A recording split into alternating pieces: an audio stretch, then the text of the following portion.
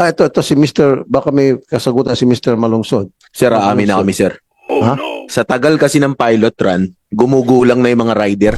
Ngayon, ang mindset ng rider, magulang kayo Mga malalaki na yung kumpanya, di pa kami kikita sa inyo ng libo. Ang ginagawa ng rider, nanggugulang na rin. Gulangan. Total, di nyo naman kami mahuhuli. Sa Okay. tagal ng pilot study, graduate na ako. Congratulations! 4 na taon, magmamasteral na. Tapos nagtataka ngayon bakit walang booking, ba't naghahabal, ang tatalino natin sa gobyerno Mas matatalino yung nasa kalsada.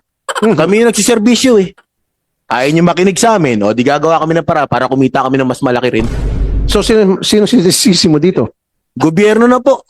Hindi ko malaman kung patalino tayo o pamangmang Kasi sir, yeah. Kada mag-election po, lagi kami nagagamit mga rider. Lagi kami tinutulungan pag tuwing election. Pagtapos ng election, di na kami natutulungan. Iwan na naman po kami sa ere. Sino pang gustong magtanong? Sir, thank you, Your Honor, for inviting us here. Ako po si Ginoong Patrick Climaco, Secretary General ng Consumer at Mamamayan-PH. Sir, meron po akong dalawang gustong i-point out. Yung una po, yung pong pahayag po namin na suportado po namin itong mga ganitong pagkilos po, na sana po ma-establish na po into law yung pong instead na provisional, ma-establish po na magkaroon ng ano po ba yung dapat na proseso po natin doon sa bilang ng mga motorcycles, taxis. Kasi po, simple lang naman po yung hiling po namin bilang mga consumer na makapasok at makauwi po sa amin sa mga aming mahal sa buhay.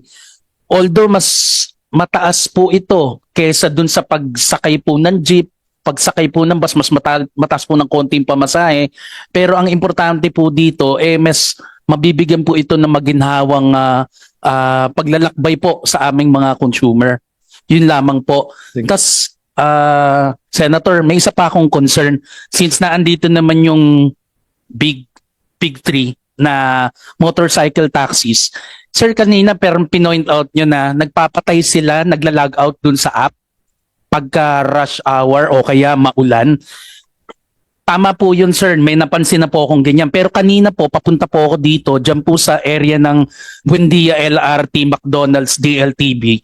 Hindi lang po yun. Yung pong dahilan kung bakit nila pinapatay o nila log out yung app.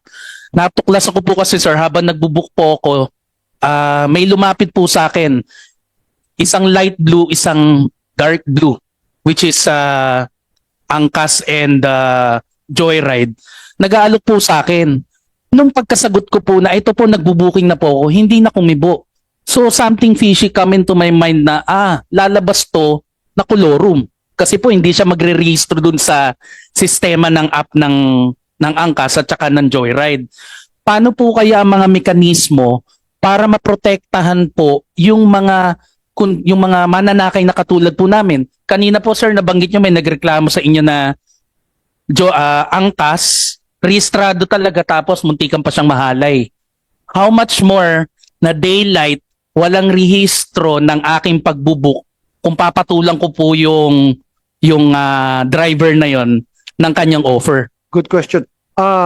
So, Angkas, wala kayong monitoring system na pag yung inyo pong rider nagpatay ng app, agad-agad questionin mo, bigyan nyo ng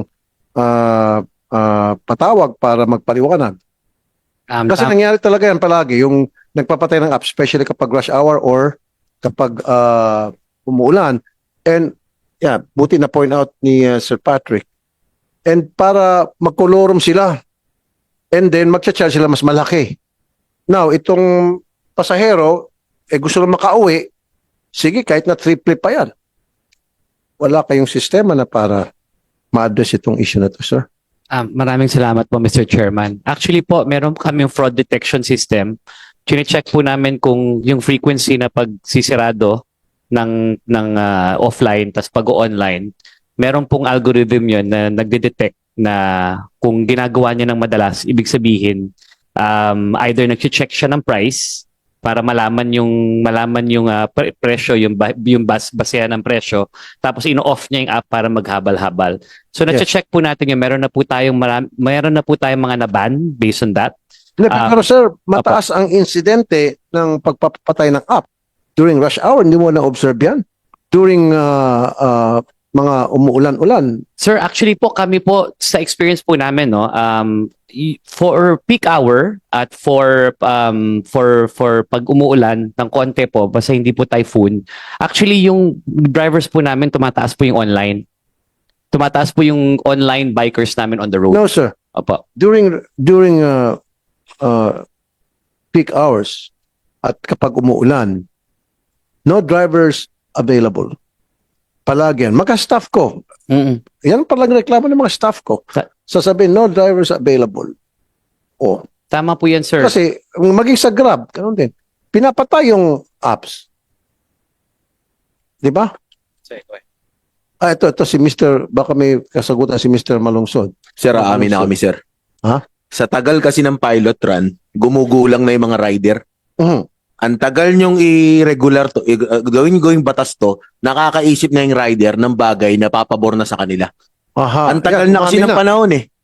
Nakikita namin, 2017, 40 pesos lang ang gasolina.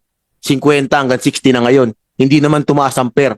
Ngayon, ang mindset ng rider, magulang kayo Mga malalaki na yung kumpanya, di pa kami kikita sa inyo ng libo.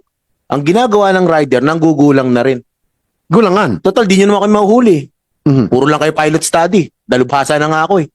Sa Okay. tagal ng pilot study, graduate na ako. 4 na taon. Magmamasteral na. Tapos nagtataka ngayon bakit walang booking, ba't naghahabal, ang tatalino natin sa gobyerno eh. Mas matatalino yung nasa kalsada. Mhm. Kami yung nagsiservisyo eh. Ayaw nyo makinig sa amin, di gagawa kami ng para kumita kami ng mas malaki rin. So, Kung hindi natin po ililigal to, ilang taon na, si Ariel nga eh. Tumanda na rin eh. so sino sinisisi mo dito? Gobyerno na po.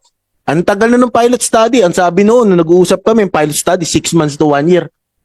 5 taon na po, masteral na. Mano man lang sana, sir, every now and then, nagbabago ng LTFRB chairman eh. Dati ang humuli pa sa amin, si Lisada. Sino sinisada? Dating spokesperson ng LTFRB. Spokesperson, kasi ang chairman, yung Board member. Ba't kayo hinuli? Kasi illegal daw po kami. Yun lang alam namin na hanap buhay pag bumotorsiklo eh. Matagal na yung habal-habal eh. Wala pa sila sa gobyerno, may habal-habal na eh. 2009, may habal-habal na. Pinopost na ni Congressman H. Durano. Hanggang ngayon, namatay na si Representative Raul Delmar ng Cebu. Andiyan pa rin yung panukala na yun. Nananatili yung pilot run eh. Hindi ko malaman kung patalino tayo o pamangmang eh. Attorney Cuadis, pakisagot lang. Or you want to answer that? Mr. Chair? Teka. Sasagot naman po si Chair Guadis, but ano tawag po dito na nagugustuhan ko yung sinasabi ni Mr. Maglunsod because basically yung po yung reality on the ground. Syempre po, it's connected sa amin, sa gobyerno, sa ating mga big players, and with due respect even sa ating pong proseso sa paggagawa ng batas, siguro it's a wake-up call in such strong statement po, no? But we appreciate that. So, Chair Guadis, please. Mr. Chair, when I came in, the pilot study is still on process. We submitted the final report. Both houses, Committee on Transportation for both High Senate and the lower house. When was it submitted? We submitted the report to your office, I think, about 3 or 4 months ago then, under the chairmanship of Senator Grace Poe.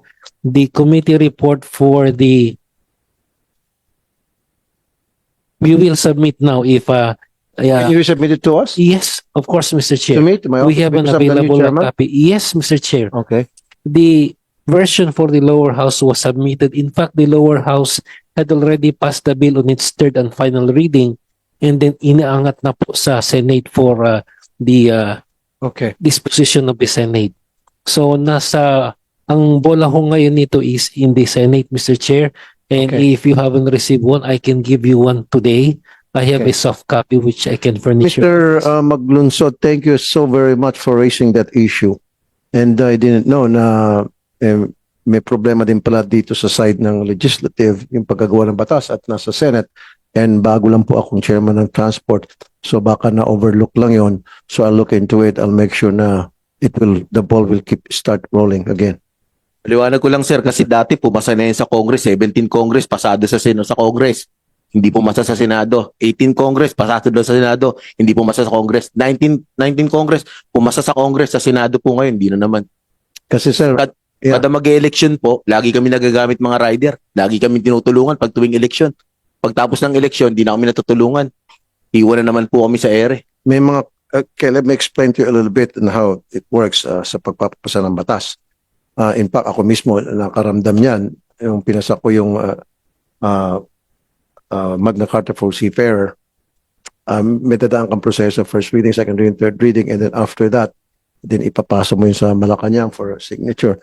May mga lobbyist kung tawagin na para harangin yung bill na yon, especially kung may mga apektuhan na ibang sektor. So, magkakaroon ng lobbying. So, ako, fortunately, nalampasan ko yun at naipapasa ko yung Magna Carta for Seafarers. Now, I'm gonna do it again one more time. Titignan ko yung batas na yun once na na-submit sa akin yung sinasabi niya, Tony Guadis, yung report. And then, I'll keep the ball rolling again to make sure na yun ay may pasang batas, hopefully.